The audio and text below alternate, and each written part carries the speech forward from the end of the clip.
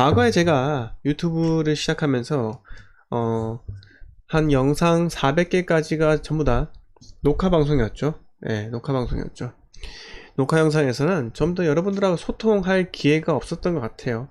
네, 물론 그 녹화 방송을 준비하기까지는 영상 하나에 제가 보통 한 6분 정도, 6분에서 7분 정도로 만들었었는데, 그 시나리오를 준비하기 위해서는 적어도 한 40분 정도가 들어가요. 그리고 영상을 촬영하는데 20분 걸리고요. 그리고 편집하는 데로 40분 걸립니다. 즉 거의 140분, 2시간에 가까운, 140분인가요? 자, 맞죠? 140분, 100분, 100분입니다. 자, 1시간 40분에 가까운 시간을 영상 하나를 만들기 위해서 그렇게 노력을 해야 하는데, 그러다 보니까 제가 좀 기력이 딸리죠. 기력이 딸리기 때문에 소통할 수 있는 여력이 좀 많이 부족했습니다. 그렇기 때문에 제가 라이브 방송을 통해서 좀 더 보답하고자, 그동안 제가 이 구독자 3만, 지금 거의 4만이 돼 가는데, 그때까지 제가 여러분들의 응원을 받고 이렇게 방송을 방송을 잘 할 수 있었던 거에 좀 보답을 하고자 라이브 방송을 이렇게 매일같이 하고 있으니까요. 여러분들도 많은 응원 또 부탁을 드리고, 그리고 구독과 좋아요도 좀 눌러주세요. 그리고 제가 정치 이야기 하는 거에 대해서도 좀 마음에 안 들 수 있지만은, 그래도 제가 특정 정치인을 이렇게 편향해서 찍어라 이런 게 아니라, 우리가 어떻게 지금 대한민국이 결국은 민주주의 사회에서는요, 정치인들이 우선일 수밖에 없어요. 그러니까 정재계 중에서 그 재계 인사들도 서로가 다 국회의원이 되려고 노력을 하지 않습니까? 자, 기업에서 뭐 우리가 아는 그 이상득 의원 있죠. 이상직인가요? 그분도 모 항공사 대표지 않습니까? 그리고 과거에 우리 정몽준 의원님도 마찬가지로 H그룹의 대표이시고요. 또 많아요. 수없이 많은 그 기업 인사들이 국회의원을 하려고 하는 이유가 있습니다. 어쨌든 간에 대한민국의 경제 메커니즘은 결국 정치적으로 돌아가기 때문입니다. 자, 여러분들 보시면은 자, 오늘 어떻습니까? 자, 카카오 가격이 또 떨어졌죠. 떨어졌죠. 보시면은 12만 8,500원으로 전일 대비 또 만원이 떨어졌어요. 7.22%. 불과 한 2달, 3달 전에 6월 24일에 17만 3천원까지 이렇게 기록을 했던 카카오톡이 순식간에 12만 8,500원으로 엄청나게 떨어졌죠. 자, 거래량 또 역대 최다인 것 같습니다. 물론 오늘 같은 경우가 뭐 내 마녀의 날 어쩌고저쩌고 하면서 뭐 이런저런 핑계를 대는데, 뭐 옵션 만기일 뭐 이런 소리 하잖아요. 근데 여러분, 옵션 만기일이 뭐 중요합니까? 부동산 시장에서 내 마녀의 날이 있어요? 없죠?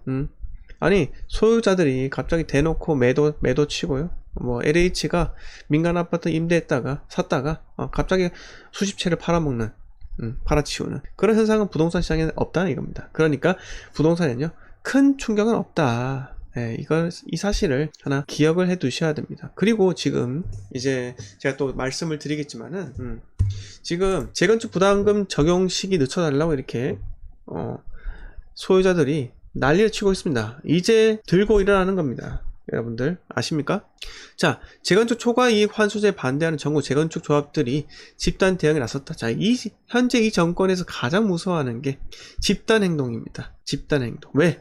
촛불 집회로 얻은 정권 아닙니까? 그 말이 뭐냐? 자신들이 그 촛불 집회로 정권을 얻었듯이, 또다시 뭔가 대규모 집회로 정권을 뺏길 수 있다는 그 두려움은 가슴 한켠에 있다는 겁니다. 그래서 어디서만 외치고 난리를 치면요, 결국은 내어주게 되어 있습니다. 이게 참 위험한 정권이에요. 근데 생각해보면 과거에 우리 이명박, 박근혜 정권 때 기억나십니까? 광화문 광장이 차벽이라 해가지고 버스로 둘러싸고요. 뭐 그렇게 한 적이 있었죠. 근데 그게 과연 그 정권에서 잘못한 일일까요? 민노총과 정교조를 이렇게 등에 업은 그런 수많은 단체들, 시민단체들이 폭도로 이렇게 돌변하는 것에 대해서 사전에 방어하기 위해서 그렇게 차벽을 세웠고요. 그렇게 했던 겁니다. 왜? 평화 시위를 해라. 그렇게 했던 거고요. 근데 물론 한 농민의 경우 물대포를 맞아가지고 사망하는 경우 생겼죠. 그런 거는 정말 잘못됐습니다. 잘못됐는데, 현재 정권에서 그렇게 자신에게 표를 준 그런 단체들을 가만히 냅둔다는 것도 저는 이해를 좀 할 수가 없는 부분이지 않겠나 이렇게 생각이 들어요. 그래서 지금 가만히 있으면 바보라는 겁니다.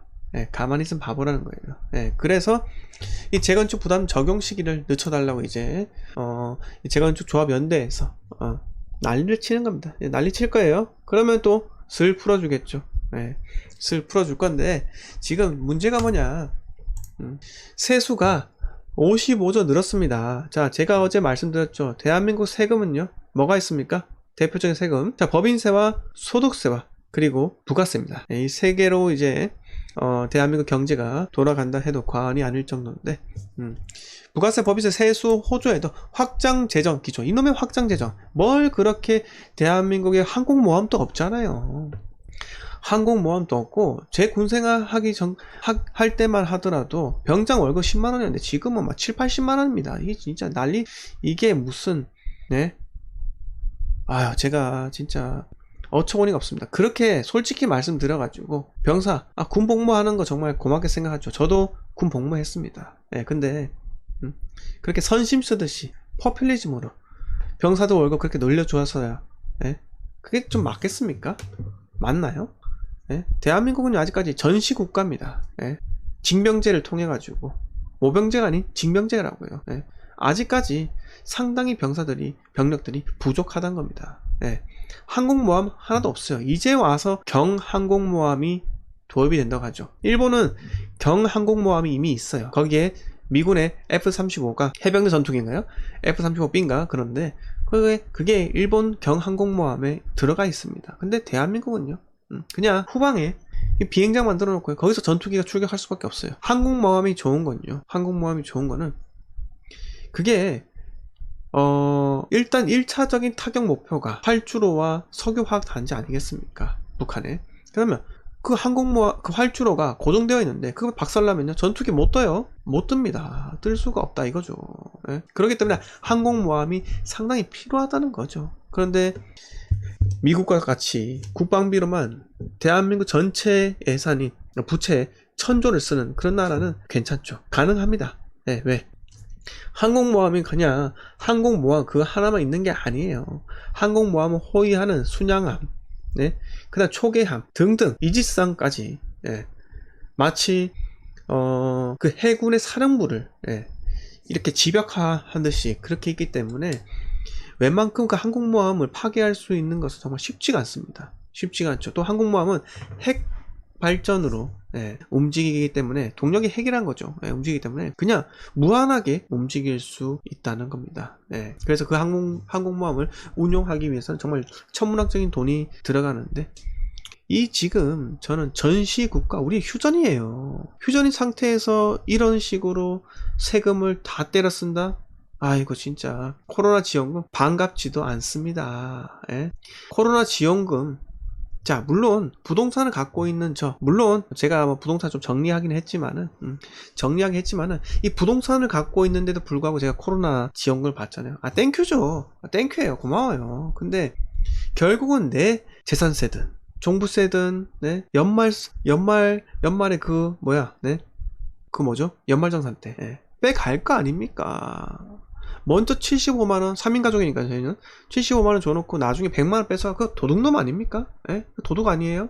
이게 진짜 어이가 없습니다. 자, 방구아빠님께서 장교 출신이라고 이렇게 하셨는데, 저는 진짜 군인들을 정말 존경합니다. 자, 물론 제가 군복무할 때 엉뚱하신 분들도 많이 있죠. 하지만 여러분들 그거 하나 알아두셔야 될 게 뭐냐면은, 군인은요, 대한민국에서 가장 뭐라고 해야 될까요? 가장 취약하죠. 이게 뭐라고 해야 될까요? 군인들은요, 계약직이에요. 계약직이란 겁니다. 자, 대위 진급을 했어요. 장기죠. 대위보다 장기입니다. 장기 복무하면 대위 몇 년 안에 진급 못하면 나가야 돼요. 소령 진급하죠. 소령이 45세 나갑니다. 소령 진급하고, 그리고 또 중령 진급해가지고 또 중령 진급만 하면 55세인가 이렇게 나갈 수가 있어요. 근데 소령까지 해서는 이게 답이 없어요. 그러니까 늘 불합리한 일을 시키고요. 불합리한 일을 당하면서까지 이렇게 군대에 박혀 있는 겁니다. 왜?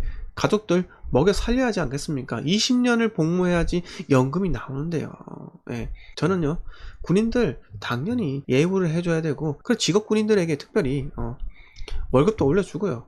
예, 그렇게 좀 더 필요하지 않겠습니까? 예, 그게 국방이 꼭 국방력을 강화하는 게 반드시 첨단 무기만 도입하는 것 뿐만 아니라 대한민국에서 군인의 위상이 높아져야지만 국력이 강해진다고 저는 생각합니다. 네, 물론 군대 이야기 좀 싫어하시는 분들도 계시기 때문에 제가 넘어가도록 할게요. 자, 제가 이 뉴스를 제가 준비를 했는데, 똥차라고 세차 줘도 안 받고 가크레인저 타는 래퍼 슬리피라고 합니다. 자, 슬리피가 이렇게 가크레인저 하얀색을 이렇게 타고 있잖아요. 그러면서 이게 뭔가 래퍼들의 이 올드카 이렇게 하면서 뭔가 래퍼들의 그 뭐라고 해야죠? 래퍼들만의 뭔가 그런 스웩이랄까요? 네, 그런 것을 지금 보여주고 있는데, 제가 말씀드리는 것은 슬리피가 이 올드카를 타면서 뭔가 있구나, 슬리피 최신 노래가 뭐가 있구나, 이걸 설명드리는 게 아닙니다. 설명드리는 게 아니에요. 왜냐하면 이 패러다임 자체가 변화할 수 있다는 겁니다. 우리가 늘 자동차는 유선형, 그리고 둥근 형태, 약간 그 아우디 형태 있잖아요. 아우디 형태. 물론 익스플로러나 그 다음에 레인지로버 같은 경우는, 레인지로버가 약간 둥근 형태고 익스플로러가 약간 각진 형태이잖아요. 그러니까 지프가 또 각진 형태죠. 물론 그런 차량이 있는데 대부분 차량들이 유선형이에요. 둥글둥글. 좀 이뻐 보이죠? 예. 근데 언젠가는 또 자동차에 선호하는 형태가 또 바꿔질 수 있다는 겁니다. 예, 바꿔질 수 있다는 거예요. 바뀔 수 있다는 거죠. 자, 그러면은 어떻게 되느냐? 제가 드리고 싶은 말씀은, 아파트도 마찬가지로 타입에 대한 선호 현상이 바뀔 수 있다는 거예요. 지금은요, 무조건 4베이 구조가 극선호화 되지만은요, 언젠가는 지금 현재는 국민 평형대가 84제곱미터고 85제곱미터 이상부터는 대형이라고 하잖아요. 자, 85제곱미터 이상부터 뭔가 뭐라고 해야 될까요? 추후에는 뭔가 그렇게 일자로 된 구조가 아니라 뭔가 혁신화된 구조, 그러니까 일자뿐만 아니고요, 뭐 5베이가 나올 수 있고요. 근데 타워형인데 그렇게 기역자든 니은자든 미음자도 나올 수 있지 않겠습니까? 예. 그렇게 되면은 우리는 항상 이 아파트의 트렌드의 변화도 이렇게 봐야 해요. 근데 결국은 물론 내가 실거주를 4베이 하면 괜찮은데요, 어쩔 수 없는 경우가 생기잖아요. 그래도 3베이는 까지는 괜찮다. 왜? 3베이 정도는 해야지 집이 그래도 넓어 보여요. 넓어 보이고. 자, 3베이를 한다는 것은 추후에 리모델링 했을 때도 거의 최신 아파트와 동급으로 수준으로 만들 수 있다는 것이라는 겁니다.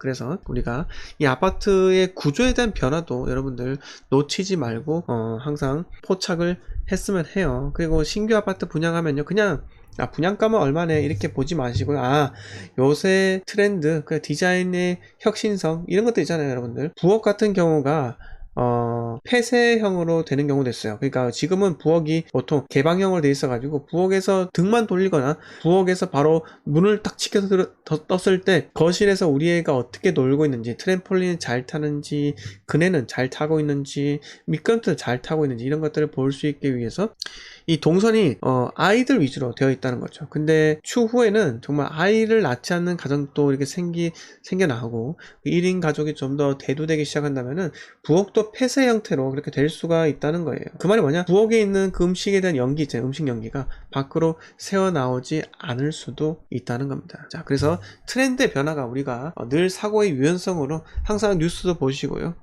이렇게 바뀔 수 있구나, 이렇게도 생각을 하셨으면 합니다. 너무 무조건 4베이다 이렇게만 생각하실 필요는 없다는 거예요. 무조건 신축이다 이렇게도 생각할 필요도 없다는 겁니다. 자, 그래서 무조건 재건축 재개발 투자다 이것도 아니고요, 무조건 신축 분양권이다 이것도 아닙니다. 즉 상황에 맞게 유연하게, 어쩔 때는 분양권이고요, 어쩔 때는 공시가 1억 이하고요, 어쩔 때는요 신축, 과감하게 신축에 들어가는 겁니다. 자, 제가 말씀드리고 싶은 거는 사고의 유연함을 가져야 한다, 이 말씀 드리기 위해 이 슬리피가 가크레인저 타는 거 이렇게 들고 왔고요. 자, 오늘의 핵심 내용 이겁니다. 자, 여러분들,